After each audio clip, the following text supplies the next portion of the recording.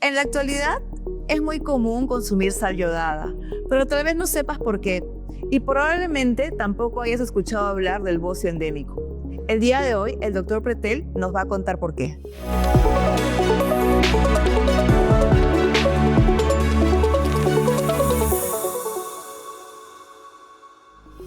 Doctor Pretel, muchísimas gracias por acompañarnos el día de hoy. Es para nosotros un honor tenerlo después de una trayectoria tan larga y tan prolífica que ha tenido para el bien de nuestro país, doctor.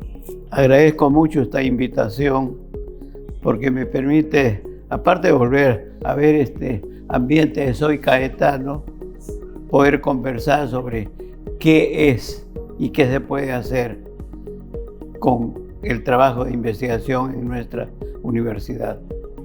Doctor, su trabajo ha tenido un impacto significativo porque usted se dio cuenta que había un problema en una región específica del Perú que afectaba a prácticamente toda esa población. ¿Nos puede contar un poquito de ese tema?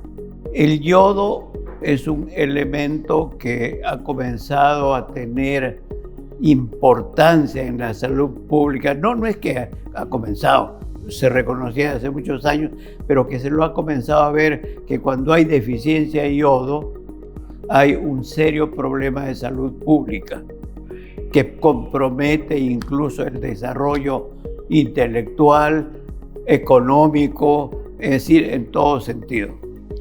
Hasta antes de yo salir de Perú a mis estudios de posgrado en Boston, en la Universidad de Harvard, acá no se hablaba en los ambientes universitarios ni en los ambientes de salud mayormente del problema de la deficiencia de yodo.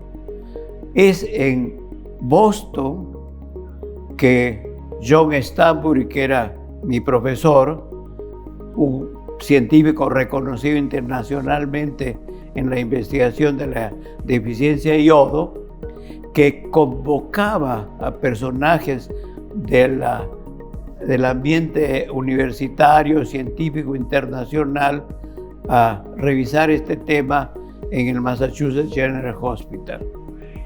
Entonces ahí tomé conciencia de esto y sobre todo cuando mencionó John Stanbury que Latinoamérica era uno de las regiones altamente afectadas y dentro de esto mencionó Perú.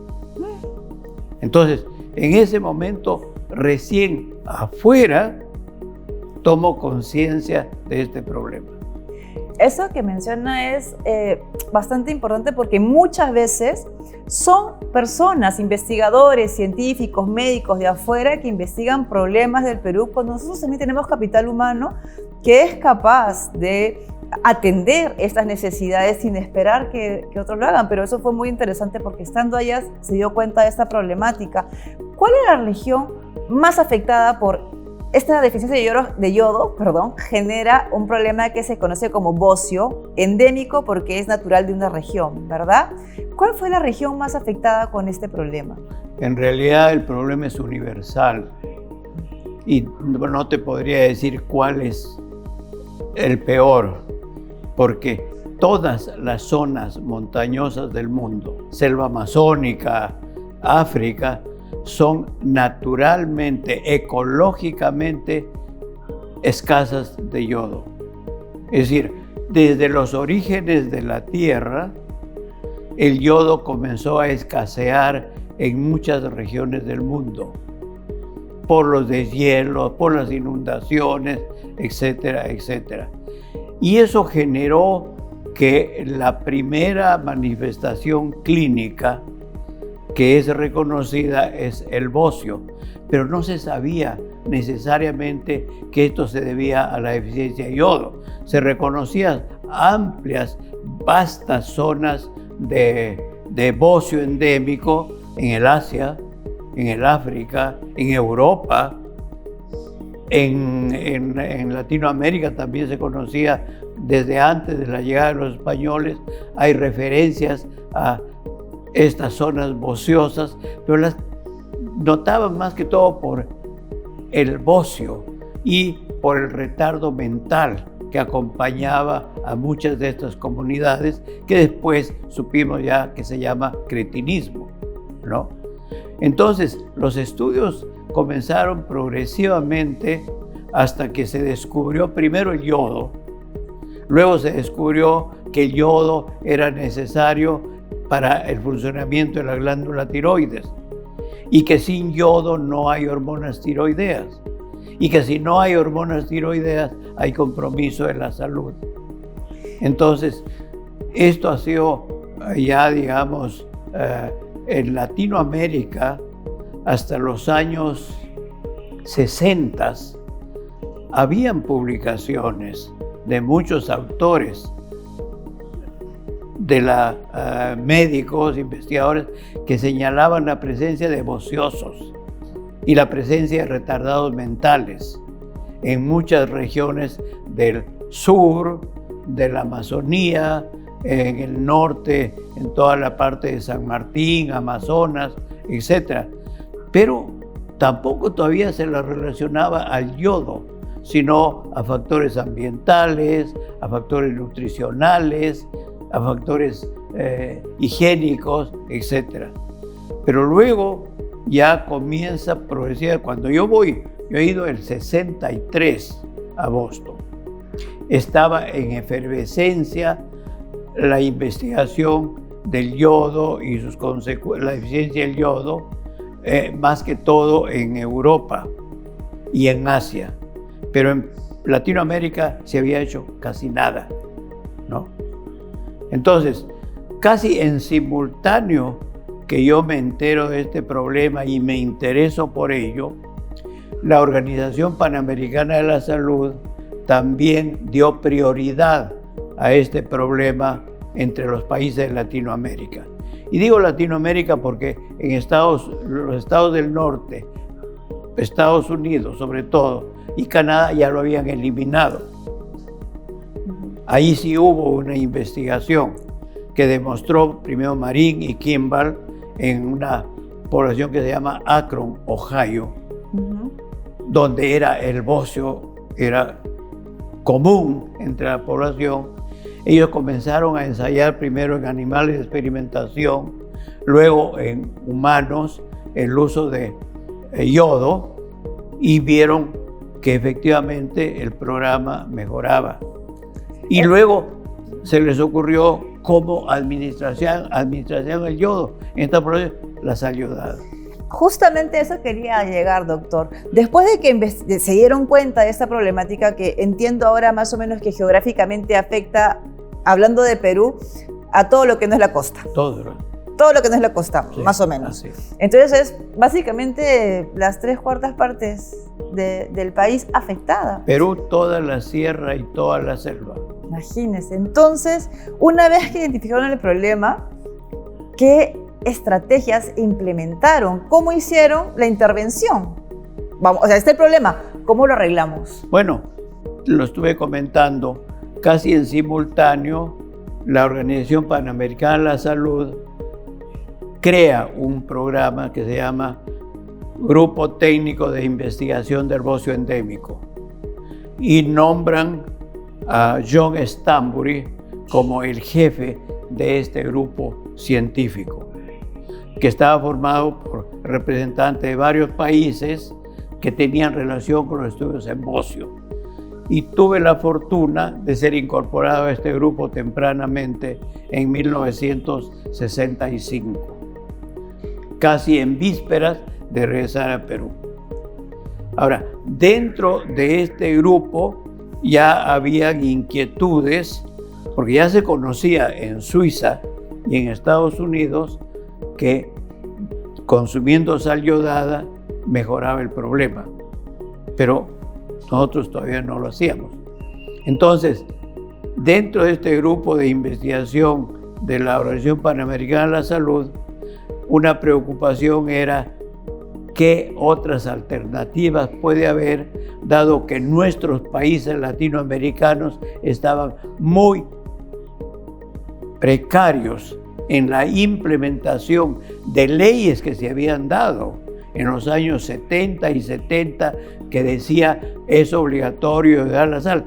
pero no estaba implementado efectivamente esto. Entonces, la población no tenía acceso a esta vía de suplementación. Entonces, ahí es cuando yo, de regreso, porque el programa de eficiencia de yodo todavía estaba en proceso de investigarse. Se conocía ya del yodo, pero había muchos vacíos que no nos permitían, digamos, ni siquiera diseñar más estrategias.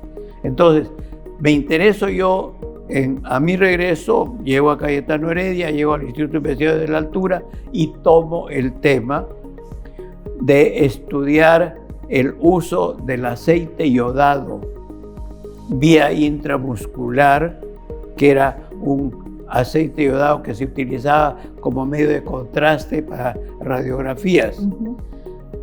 A investigar la posibilidad de este uso. Ahora, tiene un antecedente esto, que en Australia un investigador un día descubre una mancha en el pulmón de un paciente, en una radiografía. Investigando de que esa mancha tienen la historia de que a este sujeto le habían inyectado aceite yodado como medio de contraste y años permaneció ese aceite en el pulmón. Entonces, él intuitivamente se fue a Nueva Guinea, a un pueblo nativo, y arbitrariamente inyectó este aceite yodado con una dosis arbitraria a los nativos que no tenían bocio. Pero de ahí pasaron 3, 4 años y regresó y encontró que no habían desarrollado bocio. Pero no se conocía más cómo actuaba, cuál era la dosis, qué efectos colaterales podría tener, cuánto duraba una inyección. Entonces, ese fue mi tema. Además que el hecho de estarse inyectando constantemente, claro, no va a hacer que sea muy fácil que la gente lo quiera usar. Hubo este antecedente, pero se conocía muy o nada más que eso. Entonces, ese tema fue el que me inició. Entonces, en 3 pueblos de Tarma, Guasaguasi, Tapo y Ataquero, donde el bocio era casi el 80% de la población escolar y un 2 o 3% de cretinismo. Entonces, ahí ensayamos. En 1966, en el mes de octubre, inauguré el estudio en Tarma. Vino John Stanbury, entre otros, y otros profesores de la Universidad de Harvard, y también vino de Europa 2, y con ellos inauguramos el programa. Y lo interesante de todo ese trabajo tan grande y tan amplio es que llegaron a que estos resultados se volvieran políticas de Estado. Dentro de las investigaciones, uno que fue de mucho valor, pues determinamos cómo actuaba esto que se reabsorbía del punto de inyección, pero se incorporaba a otros tejidos. Vimos que podía una inyección durar entre 3 a 4 años y que si lo dábamos por vía oral, entre 12 a 18 meses de protección.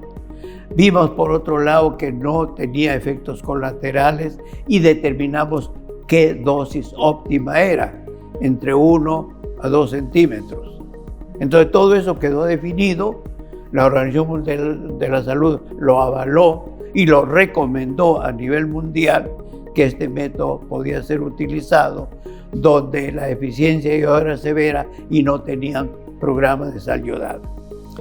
Pero simultáneamente a esto, yo pensé, todavía no se conoce qué pasa durante la gestación, la deficiencia de yodo. ¿Cuál es el origen del cretinismo? Y esa fue mi tesis doctoral. Mi tesis doctoral se usa consecuencias de la deficiencia de yodo sobre la unidad materno-fetal y su rol en la etiopatogenia del cretinismo endémico. Y esa ha sido mi investigación más importante. Y demostramos que cuando hay deficiencia durante la gestación, la gestante se vuelve hipotiroidea. El 70% de las gestantes que investigamos tenían hipotiroidismo, mayor índice de abortos, infertilidad en las mujeres en edad fértil. Pero luego, ¿qué pasaba en el feto? Encontramos daño cerebral. Es decir, cociente intelectual bajos, retardo en el desarrollo psicológico, electroencefalogramas anormales. Esto fue la novedad que después otros investigadores lo confirmaron en otras latitudes y que fue estas dos investigaciones. Otra tercera investigación importante que quiero señalarlo es cómo monitoreábamos el beneficio de los tratamientos en la población en cuanto a su sostenibilidad, etc. Y comenzamos a ensayar el uso, ya se conocía que el yodo urinario es un buen indicador, pero antes se tenían que colectar muestras de 24 horas, muy difícil en el trabajo de campo, claro, o tratar de tomar muestras de orina casuales y determinar creatinina y yodo simultáneo y expresarlo por gramo de creatinina. Era otro inconveniente porque en poblaciones desnutridas esto se distorsionaba. Claro. Entonces se ensayó, y eso es una tesis que yo dirigí aquí con Nancy Medina de químico-farmacia, que vimos qué pasaba, qué relación había entre tomar muestras casuales de orina y muestras de 24 horas simultáneamente, qué correlación guardaban. Y vimos que había una buena correlación, solamente que se requiere un número representativo, digamos 100 o 50 muestras en una comunidad para sacar la media.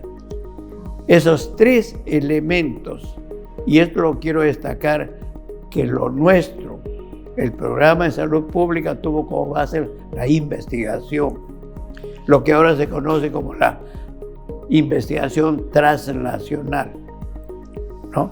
Entonces, con estas tres investigaciones, más la demostración de que la prevalencia de bocio era muy alta en la sierra y en la selva, logramos que el gobierno asuma la responsabilidad de crear un programa contra la deficiencia de yodo en el Ministerio de Salud. Pero aún ahí tuve que buscar padrinazgos. Y esto es importante, porque me ayudaron personas para que por decreto supremo firmado por Fernando Belaúnde Terry se determina la creación de una oficina de bocio endémico en el Ministerio de Salud.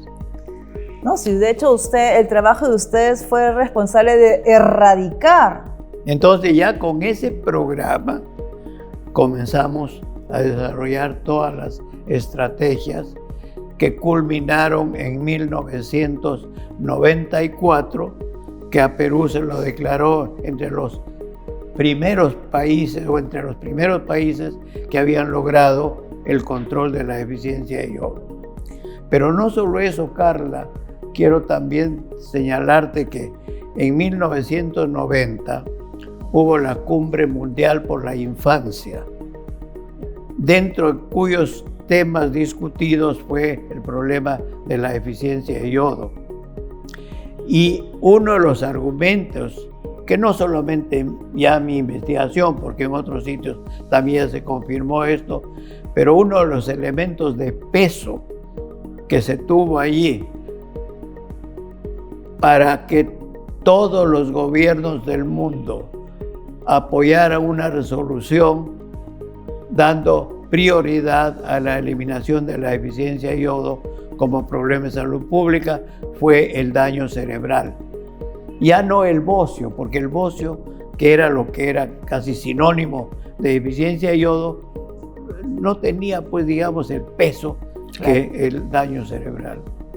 esta experiencia, porque es una experiencia sumamente larga que nos cuenta desde que vio por primera vez el problema, que vino acá, se encontró con la población que la padecía, empezaron a ver todas las complicaciones que tenía y luego ver las alternativas de contrarrestar este daño y que esto se tornó una política de salud pública que no es solamente local, sino es mundial, es para mí justamente lo que debería ser la ciencia. Siempre lo decimos en todos los programas y me gusta recalcarlo, y usted es un enorme ejemplo de justamente este hecho. La ciencia existe para resolver los problemas que aquejan a las personas, ya sean ambientales o de salud o de calidad de vida. Y eso es lo que deberíamos aspirar, pero también qué importante es que las personas que toman decisiones se apoyen en la evidencia científica. Entonces, necesitamos mutuamente unos de otros, porque problemas de salud pública afectan a la economía del país y de muchísimas maneras, solamente con una persona que no tiene la capacidad de desarrollarse plenamente. Y tenemos a los científicos que estamos constantemente en actividad, encontrando, buscando soluciones, y deberíamos ser consultados para justamente atender esas necesidades de la población. Bueno, la Organización Mundial de la Salud ya hace muchos años viene predicando y enfatizando que sin investigación no hay innovación en las políticas de salud. Así es. Es decir, la investigación es básica, indispensable y debe ser obligatoria. En nuestro país, la ley universitaria dice que la investigación es obligatoria, pero la mayoría de nuestras universidades no lo cumplen. En la práctica no se da. ¿No? Ahora, te quiero decir que acá, ya con el programa que logramos crear en el Ministerio de Salud y que yo lo dirigí por 13 años, comenzamos entonces primero a cursos de capacitación para que los médicos, enfermeras, nutricionistas del sector salud sepan qué era el yodo y qué importancia tenía. Y con ellos logramos formar una red nacional de trabajo. Para comenzar, el otro aspecto importante, comunicar a la comunidad. Porque previamente dentro de nuestras investigaciones también hicimos una sociopolítica interrogando a las madres y a los profesores de educación primaria qué sabían sobre el yodo, qué relación conocían entre yodo y bocio, entre yodo, y casi había ignorancia completa. Y entre la gente de los sectores de salud, este programa era nuevo. Entonces, formamos una red capacitada con una población que comenzó progresivamente a ser informada.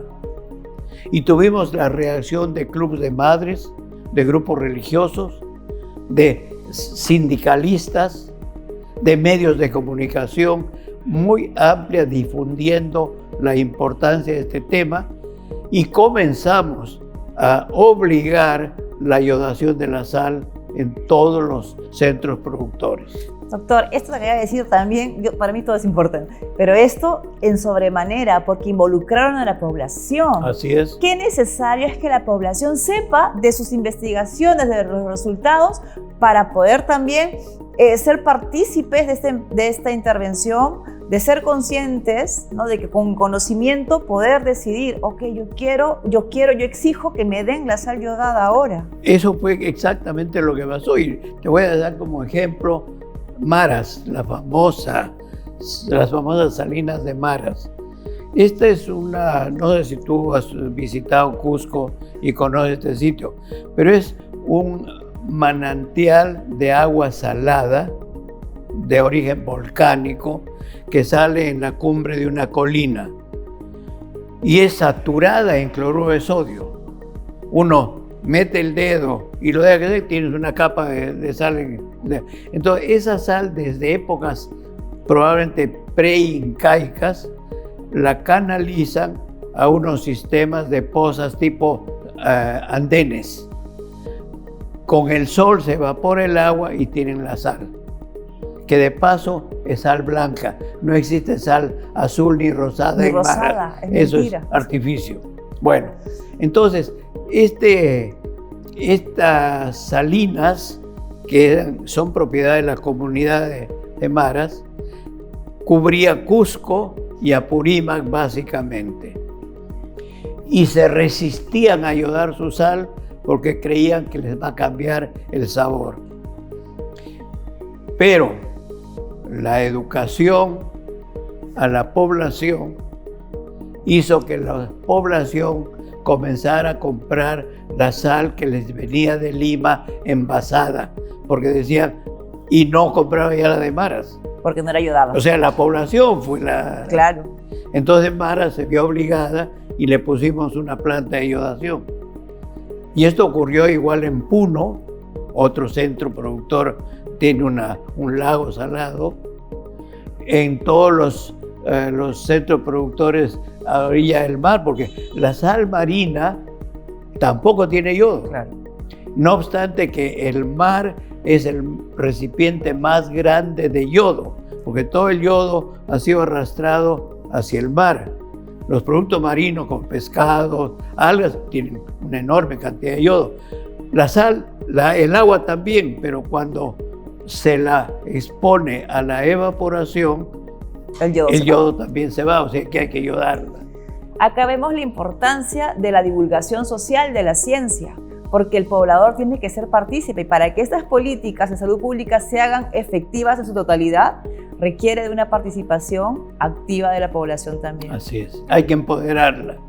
Justamente, hay que empoderarlo, lo que se conoce como la democratización del conocimiento, para que todos la tengan a su disponibilidad y puedan tomar decisiones con conciencia. Doctor, el tiempo se nos ha quedado muy cortito.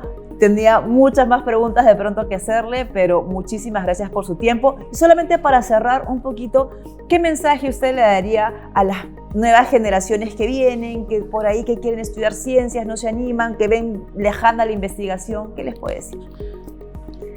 Que tomen conciencia de la necesidad y la obligación de mejorar la salud del país, y que el punto de partida básico, trascendente, es la investigación previa, para poder saber, primero, cuáles son los problemas, a través de qué medios y cómo lograr los objetivos y sostenerlos. Porque la complacencia después de lograr un objetivo es muy dañina. Sostenibilidad es otro factor. Ahora ya casi nadie habla del bosque endémico, porque ya no hay. Eso es lo que quisiera, que todavía tomen conciencia de que la deficiencia de yodo es un problema ecológico, natural, permanente. Sigue existiendo en la sierra, sigue existiendo en la selva. Y si descuidamos lo que hemos logrado, que más del 90% de la población consuma sal yodada, si descuidamos eso, el problema recurre. Muchísimas gracias, doctor. De verdad, estoy muy agradecida. Para mí es un honor poder haber compartido con usted el día de hoy. Y gracias a ustedes por seguirnos en su programa Soy Cayetano. Ya saben, síganos en todas las redes sociales, mándenos sus comentarios y tendremos muchos más temas de interés para ustedes. Gracias.